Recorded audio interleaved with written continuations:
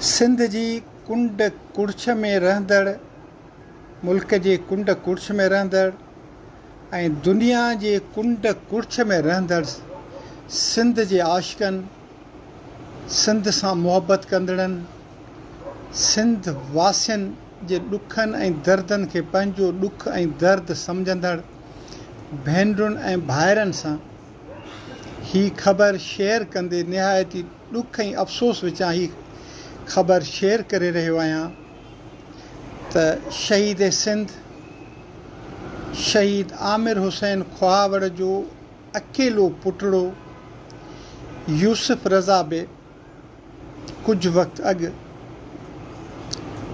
हिन दुनिया खे ख़ुदा हाफ़िज़ चई पंहिंजे पीउ ॾांहुं हलियो वियो। शहीद आमिर हुसैन ख़्वावड़ जो तालुक़ु गाजी ख़्वावड़ सां हो।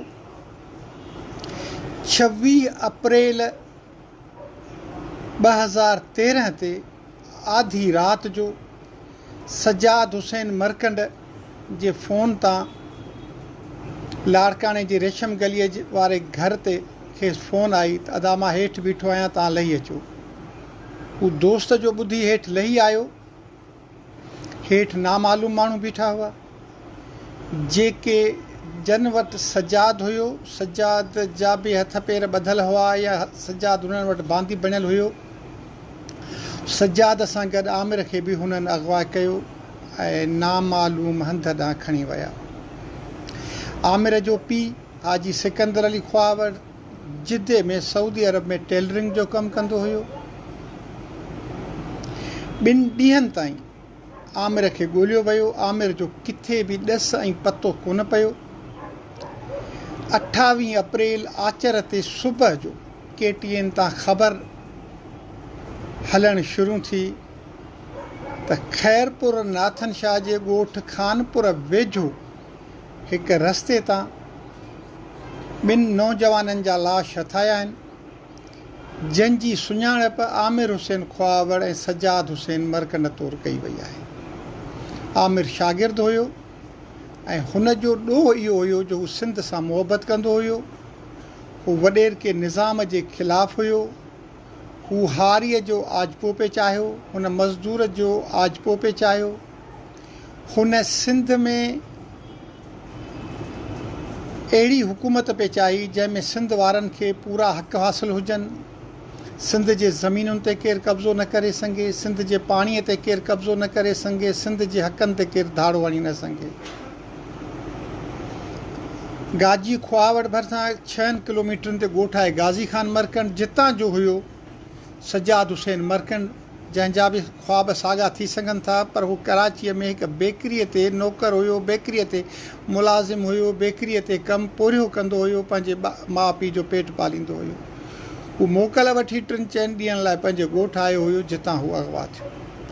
इन्हनि 2 नौजवाननि जा लाश मिलिया। हज़ारनि जी तादाद में माण्हू इन्हनि मैयतनि में शरीक थिया। कातिलनि खे, नामालूम कातिलनि खे इहा ख़बर कान्हे का त हू कंहिंजो घर था वैरान कनि, कंहिंजे घर ते मुसीबत था आणनि ऐं उन खां पोइ छा थींदो।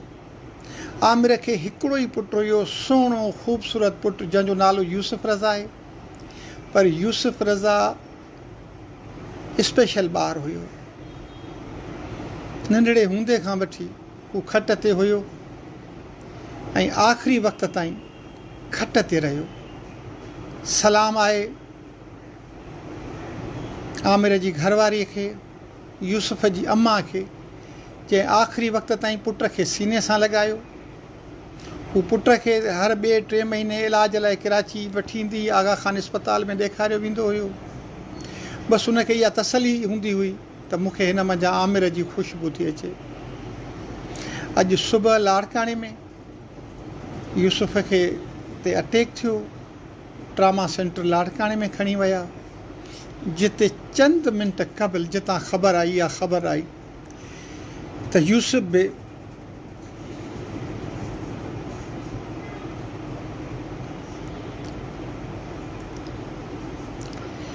सिंध खे अलविदा चई, सिंध वारनि खे अलविदा चई, सिंध वासियुनि खे अलविदा चई, सिंध सां मुहबत कंदड़नि खे अलविदा चई। पंहिंजे पीउ ॾांहुं सफ़र ते निकितो आहे।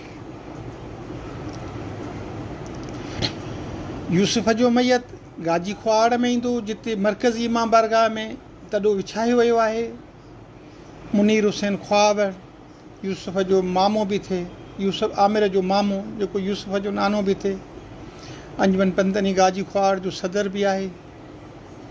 यूसुफ जो भाउ सारिंग, यूसुफ जो वालिद हाजी सिकंदर अली। इन्हनि ॾे सवनि जी तादाद में माण्हू ईंदा, ताज़ियतूं कंदा, पर यूसुफ न ईंदो। ख़बर न आहे छाजे करे कहिड़े जुर्म जी सज़ा सिंध वारनि खे ॾिनी थी वञे पई, सिंध वासियुनि खे ॾिनी थी वञे पई, सिंध जे नौजवाननि खे ॾिनी थी वञे पई।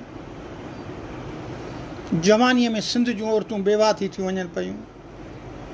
असां पंहिंजे बचनि जा लाश खणंदा था रहूं पिया।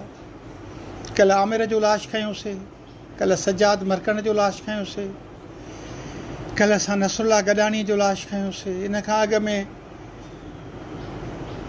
ॿियनि दोस्तनि जा, केतिरनि दोस्तनि जा लाश खयासीं। जान मोहन महर जो लाश खयोंसीं। ख़बर न आहे हाणे वरी वारी कंहिंजी, हाणे वरी वारो कंहिंजो ईंदो। अलाह साईं महफ़ूज़ रखे असां सभिनी खे। पर यार हिन ख़बर जी झोरे विधो आहे। आमिर पाण सां गॾु पंहिंजो नसुल सिंध तां क़ुर्बान करे छॾियो।